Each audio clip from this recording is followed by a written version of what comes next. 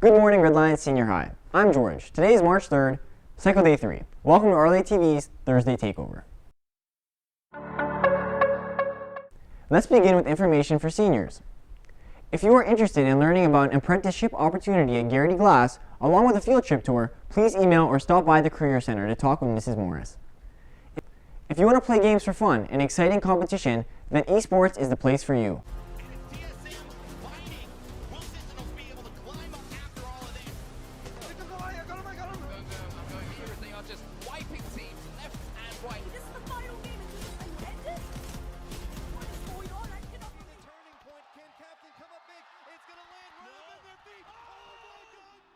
That's fine. That was a good pump fake. We're fine. We're fine. We got control of the game. We just gotta keep scoring. Oh my! Oh, Timmy! Ah! Oh, hold on. I'm here. Got you. Parker. Clef the God. Looking, firing for the end zone, and it's picked off. And no one's gonna. On you, what are they? In the center. Down two. Center. Oh. It's a 49-yarder. Here comes the block.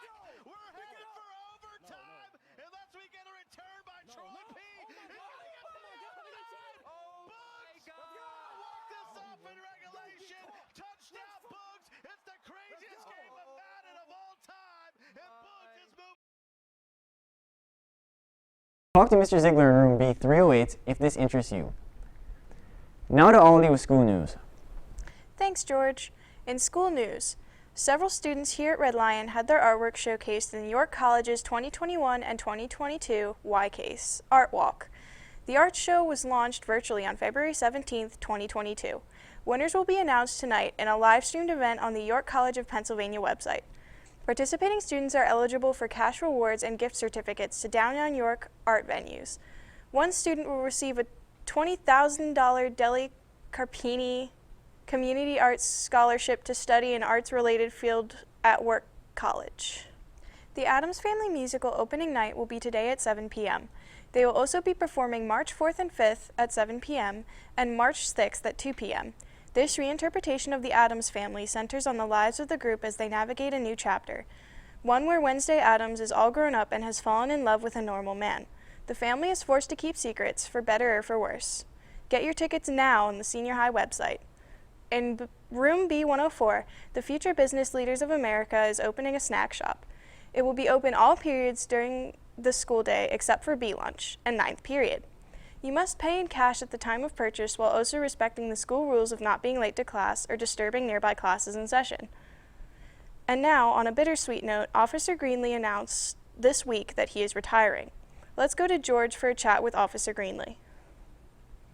Good morning, Red Lion. My name is George Keane, and today I'm sitting down with Officer Greenlee, who is retiring as a school resource officer. How are you this morning? I'm fine, thanks. How long have you been a Red Lion? Well, I've been a police officer since 1993, and I was assigned here at Red Lion in 2005. Wow, a long time. What has been your favorite experience at this school? Oh, my goodness.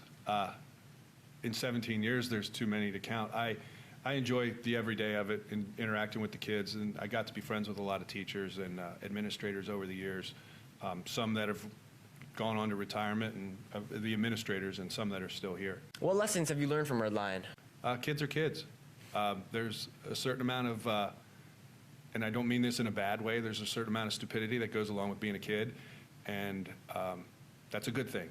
You're supposed to learn, and I feel like as a police officer here at the school, I didn't take things too seriously. I didn't go heavy-handed with the kids, and you know, it's all about learning, and I think they learned how to interact with law enforcement in the 17 years I've been here.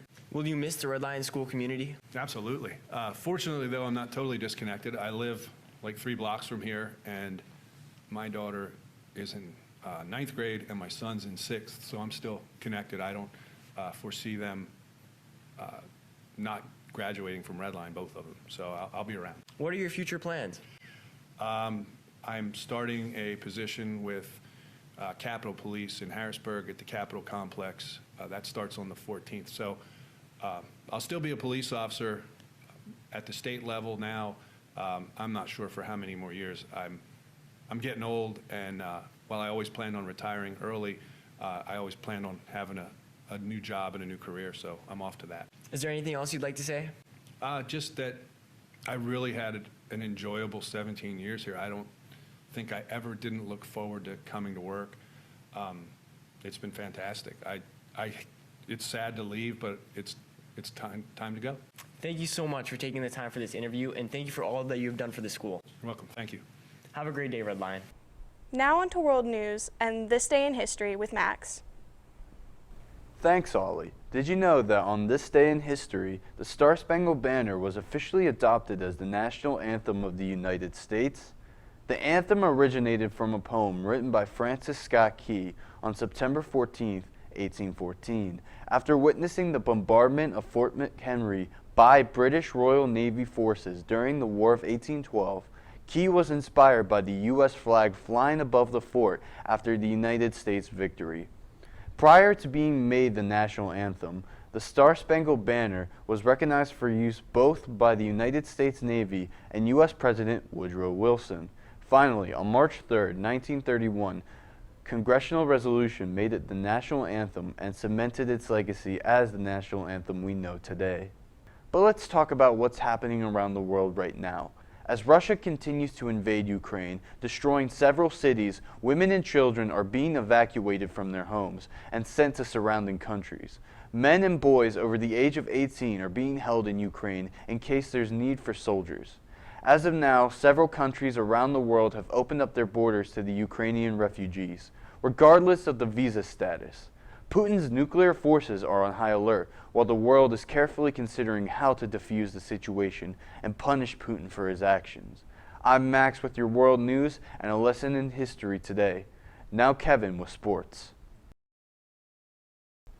Thanks, Max. At the NBA trade deadline, the Sixers made a big move, sending Ben Simmons to the Nets for James Harden along with other assets. Harden recovered from his nagging injury, and he made his debut last Friday against the Timberwolves. In the game, Harden and Joel Embiid proved to be a force in their first game. Harden would put up 27 points, 8 rebounds, and 12 assists, along with Embiid contributing 34 points and 10 rebounds. They'd win the game undisputedly and then go on to play the Knicks. In the game, they both put up just as outstanding numbers. Things are starting to heat up now since the NFL season is over. Teams are already preparing for the 2022-2023 season to try and chip away for the Super Bowl trophy. There have already been rumors about trades and valuable free agent moves for certain NFL players. Some notable trade rumors include the Seattle Seahawks trading QB Russell Wilson to the Philadelphia Eagles, the San Francisco 49ers trading QB Jimmy Garoppolo to the Washington Commanders, and the Green Bay Packers trading QB Aaron Rodgers to the Denver Broncos. In addition, some very highly notable players that are still available to grab are wide receiver Devontae Adams, outside linebacker Von Miller, free safety Tyrann Mathieu, wide receiver Chris Godwin, and more. This has been your sports update. Now back to George. Thanks for joining us here at RLA TV. I'm George. Stay safe, Red Lion.